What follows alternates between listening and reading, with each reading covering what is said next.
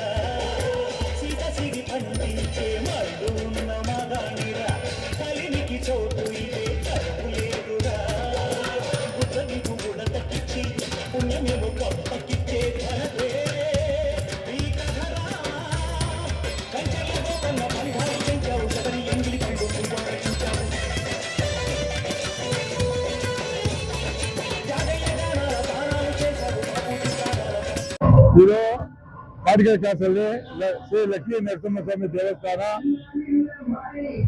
ಮಾಡಿ 24 ವರ್ಷ ಆಯಿತು. 24 ವರ್ಷದಿಂದ ಇದೇ ತರ ಅದ್ಭುತವಾಗಿ ನಡೀತಾ ಇದೆ. ಬಾರಿಕೇರಿ ಗ್ರಾಮಸ್ಥರು, ಸುತ್ತಮುತ್ತಲ ಗ್ರಾಮಸ್ಥರು ಎಲ್ಲ ಸೇರ್ಕೊಂಡು ಈಗ ಅದ್ದೂರಿಯಾಗಿ ಮಾಡ್ತಾ ಇದ್ದಾರೆ. ಈಗ ಬೆಳಗ್ಗೆಯಿಂದ ಪೂಜೆಗಳು ಪುನಸ್ಕಾರ ಎಲ್ಲ ನಡೀತು. ಈಗ 2:15-2:30 ರಥೋತ್ಸವ ಆಯಿತು. ಎಲ್ಲ ಯಶಸ್ವಿಯಾಗಿ ಆಯಿತು. ಎಲ್ಲ ಸರ್ಕಾರದಿಂದ ಎಲ್ಲ ಅನುಕೂಲಗಳಾಗಿದೆ. ದೇವಸ್ಥಾನದಲ್ಲಿ ಇನ್ನೂ ಕೆಲಸಗಳಿದೆ. ಇವಾಗ ರಾತ್ರಿಗೆ ಶ್ರೀಕೃಷ್ಣ ಪಾಂಡ್ಯಂ ಪೌರಾಣಿಕ ನಾಟಕ ಇದೆ. ಹೇಳಿ ಸರ್. ನಮ್ಮ ಹೆಸರು ಪ್ರಧಾನ ಅರ್ಚಕರು ನಾರಾಯಣರಾವ್ ಅಂತ. ನಾನು ಬಂದು ಇಲ್ಲಿಗೆ 16 ವರ್ಷ ಆಯಿತು. ಮೂಲತಃ ಮೊದಲು ಇಲ್ಲಿ ಇವತ್ತಿನ ದಿನ ಈ ಜನಜಾತ್ರೆ ಸೇರಬೇಕಂದ್ರೆ ಕಾರಣ ಮೂಲಸ್ಥಾನ ಮಹಾಲಕ್ಷ್ಮಿ ಇಲ್ಲಿ ಪ್ರತಿಷ್ಠಾಪನೆ ಆಗಿತ್ತು. ಆಮೇಲೆ ತದನಂತರ ಇದನ್ನೆಲ್ಲ ದೇವಾಲಯ ನಿರ್ಮಾಣ ಮಾಡಿದ್ರು ಗ್ರಾಮಸ್ಥರು. ಸುತ್ತಮುತ್ತ ಭಕ್ತಾದಿಗಳೆಲ್ಲ ಸೇರಿ ಲಕ್ಷ್ಮೀ ನರಸಿಂಹಸ್ವಾಮಿನ ಪ್ರತಿಷ್ಠಾಪನೆ ಮಾಡಬೇಕು ಅಂತ ಅಂದ್ಕೊಂಡು ಮಾಡಿದ್ದಾರೆ. ಕಾರಣ ಏನಂದರೆ ಮೊದಲನೇದಾಗಿ ಮಹಾಲಕ್ಷ್ಮಿ ಮಾತ್ರ ಸ್ಥಾಪನೆಯಾಗಿದ್ದಿಲ್ಲಿ. ಕೆಲವು ಜನಕ್ಕೆ ಇಷ್ಟಾರ್ಥವನ್ನು ನೆರವೇರಿಸ್ತಾ ತಾಯಿ ಬಂದಿದ್ದಾಳೆ. ಸಂತಾನ ಇಲ್ಲದಿದ್ದವ್ರಿಗೆ ಸಂತಾನ, ಮತ್ತು ವಿವಾಹವಿಲ್ಲದಿದ್ದವ್ರಿಗೆ ವಿವಾಹ. ಅದರಲ್ಲಿ ಮಹಾವಿಷ್ಣು ಏನು ಮೋಕ್ಷ ನಾರಾಯಣ ಬಲಿ ಇಂಥವೆಲ್ಲಕ್ಕೆ ಘಾಟಿ ಕುಕ್ಕೆ ಇನ್ನೊಂದಕ್ಕೆ ಮತ್ತೊಂದಕ್ಕೆ ಹೋಗ್ತಾರೆ. ಅದ್ಯಾವುದೋ ಸ್ವಲ್ಪ ಲಕ್ಷಗಳು ಖರ್ಚು ಮಾಡಿ ಹೋಗೋಕ್ಕಿಂತ ಸಣ್ಣ ಪುಟ್ಟ ಒಂದು 11 ರೂಪಾಯಿ ಮುಡುಪಲ್ಲಿ ಇಲ್ಲಿ ಪ್ರಾಯಶ್ಚಿತ್ತ ಆಗ್ತಾ ಇರುತ್ತೆ. ಆದ್ದರಿಂದ ದಾವಣಗೆರೆ, ಬಾತಿ ಮತ್ತು ಕಡಪ, ರಾಯಚೋಟಿ ಆ ಕಡೆಯಿಂದೆಲ್ಲ ಪ್ರತಿ ಮಂಗಳವಾರ, ಸೋಮವಾರ, ಅಮಾವಾಸ್ಯೆ, ಪೌರ್ಣಮಿ ಈ ಥರ ಇಲ್ಲಿ ಎಲ್ಲ ಕವಡೆಶಾಸ್ತ್ರ ಅಂತ ನೋಡ್ತೀವಿ ಬರ್ತಾರೆ. ಆ ಭಗವಂತ ಅವರು ನಂಬ್ಕೊಂಡು ಬರೋ ಒಂದು ಮುಡುಪಿಂದ, ಮನೆಯಿಂದ ತರೋ ಅಂಥ ಮುಡುಪಿಂದ ಅವರಿಗೆ ಭಗವಂತ ಎಷ್ಟೋ ಜನಕ್ಕೆ ಪರಿಹಾರವನ್ನು ಕೊಟ್ಟಿದ್ದಾನೆ, ಫಲವನ್ನು ನೀಡಿದ್ದಾನೆ. ಹಾಗೆ ಮಹಾಲಕ್ಷ್ಮಿ ಕೆಲವೊಂದು ವರ್ಷಗಳ ಹಿಂದೆ ಮೂಲಸ್ಥಾನ ಆದ್ದರಿಂದ ಬರ್ತಾ ಬರ್ತಾ ಜನಗಳಿಗೆ ತಮ್ಮ ಇಷ್ಟಾರ್ಥಗಳನ್ನು ಭಕ್ತಾದಿಗಳಿಗೆ ನೆರವೇರಿಸಿದ್ರಿಂದ, ಹಾಗೆ ಭಕ್ತಾದಿಗಳ ಕನಸಿನಲ್ಲಿ ಹೋಗಿ ಶ್ರೀ ಲಕ್ಷ್ಮೀ ನರಸಿಂಹಸ್ವಾಮಿ ನನ್ನನ್ನು ಇಲ್ಲಿ ಪ್ರತಿಷ್ಠಾಪನೆ ಮಾಡಬೇಕು ಅಂತ ಹೇಳಿ ಮಹಾಗಣಪತಿ ಈಗ ಇದು 24ನೇ ಬ್ರಹ್ಮರಥೋತ್ಸವ ನಡೀತಾ ಇದೆ. ಆದ್ದರಿಂದ ವರ್ಷ ವರ್ಷ ಭಕ್ತಾದಿಗಳು ಹೆಚ್ಚುತ್ತಲೇ ಬರ್ತಾ ಇದ್ದಾರೆ ಹೊರತು ಕಡಿಮೆ ಆಗ್ತಾ ಬಂದಿಲ್ಲ. ಏನೇ ಒಂದು ಮನೆ ಆರೋಗ್ಯ ಸಮಸ್ಯೆ ಇರಲಿ, ಇನ್ನೊಂದಿರಲಿ, ಮತ್ತೊಂದಿರಲಿ, ಅವರ ಒಂದು ಇಷ್ಟಾರ್ಥಗಳು ಏನೇ ಇರಲಿ, ಕೇವಲ ಒಂದು 11 ರೂಪಾಯಿ ಮುಡುಪು ಮಾತ್ರ ಇಲ್ಲಿ ಭಗವಂತ 41 ದಿನದೊಳಗೆ ವಿವಾಹವಿಲ್ಲದಿದ್ದರೆ ವಿವಾಹ, ಸಂತಾನವಿಲ್ಲದಿದ್ದರೆ ಸಂತಾನ, ಕುಜದೋಷ ಇದ್ದರೆ ಹೆಣ್ಣು ಮಕ್ಕಳಿಗೆ ನಿವಾರಣೆ ಮಾಡಿಕೊಂಡು ಮನೆಯಲ್ಲಿ ಬರುವಾಗ ಒಂದು ಅಖಂಡ ಆ ಮುಡುಪಿನಿಂದ ಫಲವನ್ನು ನೀಡುತ್ತಾ ಬರ್ತಾ ಇದ್ದಾರೆ. ಯಾವುದೇ ರೀತಿಯಲ್ಲಿ ದಕ್ಷಿಣೆ ಗಿಕ್ಷಣೆ ಇರೋದಿಲ್ಲ ಶಾಸ್ತ್ರಕ್ಕೆ.